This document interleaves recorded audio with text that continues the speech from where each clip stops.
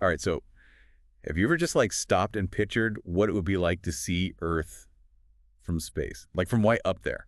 It's pretty wild to think about, isn't it? Yeah, and that's what we're diving into today. It's like getting into the head of an astronaut and seeing how that like crazy experience can totally change the way you think about everything. Yeah, for sure. We're going to be looking at this piece called Astronaut's View, Earth's Fragility, and the Need for Oh Change. yeah, that's a good one. I think what's so powerful about it is how it like captures that feeling you get when you see Earth from orbit.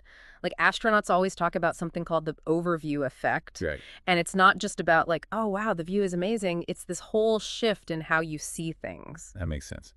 So who's this astronaut we're hearing from? Well, the guy who kind of like anchors all these ideas is Ron Garan. He's a former NASA astronaut, and get this, he spent a whopping 178 days in space. Whoa, wait, that's almost half a year. I know, right? Can you even begin to imagine circling the Earth 2,842 times? Oh my gosh. And traveling over 114 million kilometers. I can't even wrap my head around that. It's insane, right? Yeah, It's like going to the moon and back a bunch of times. definitely. And like you said, it changes. Eric Grant describes all that time in space as this great awakening. Totally. Yeah. He talks about seeing thunderstorms lighting up the whole planet like crazy paparazzi flashes. Uh-huh. I love that analogy. Right. And then there's the auroras, Yeah. like shimmering, glowing curtains just hang there in space. And he mentions the atmosphere too, right? Yeah, he talks about how seeing Earth from up there, it makes the atmosphere look so thin, like you could almost reach out and touch it. Seriously, it's like this paper-thin shield protecting us from the vastness of space. Exactly. And that's what really drives home the fragility of our planet. Garan even compares it to a contact lens on an eyeball. Like that's how delicate our atmosphere is. Wow, that's like a really powerful image. So if it's that fragile, how are we still here? Well, that's the thing. The Earth is resilient in a way, Right. but it's also finite, and all the life it supports exists within such a delicate balance. Right. So it's not just about the view. It's about understanding that everything's connected and we can't just keep taking and taking without consequences. Absolutely. It's like everything's part of this giant web, and we're just one small but significant part of it. And that kind of leads into the next point he brings up, right? Yeah. About this kind of lie we're living here on Earth. Oh, yeah, totally. Like here he is seeing this incredible interconnectedness from space. Hmm. But then back on Earth, it's like everyone's just going about their business as if the planet's just some resource we can endlessly exploit. Right. It's like this disconnect between what we know and what we actually do. Exactly. And that disconnect, it's at the heart of so many problems we face. Like it's why we're struggling with things like climate change and pollution and deforestation, you know?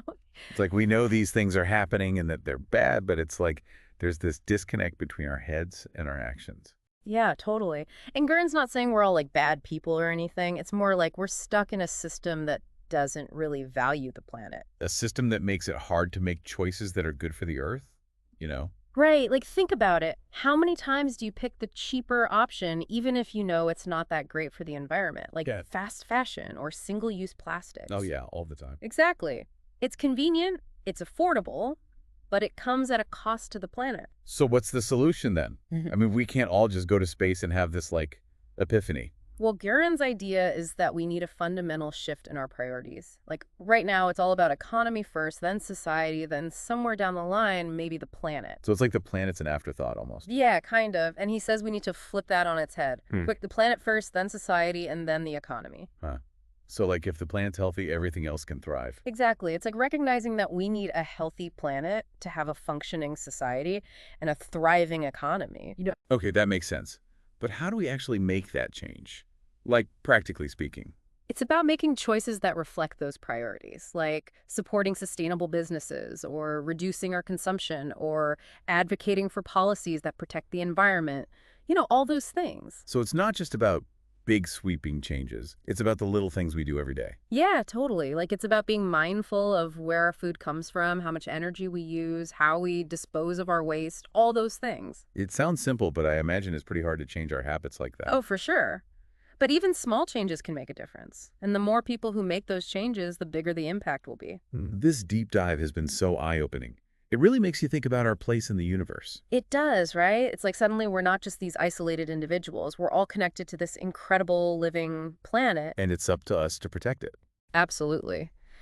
So I guess the big question is, what can each of us do to live in greater harmony with our planet? Like, what small changes can we make today that will ripple outwards and create a better future for everyone? That's a great question to leave us with, I think. Yeah, for sure. Something to think about. Definitely.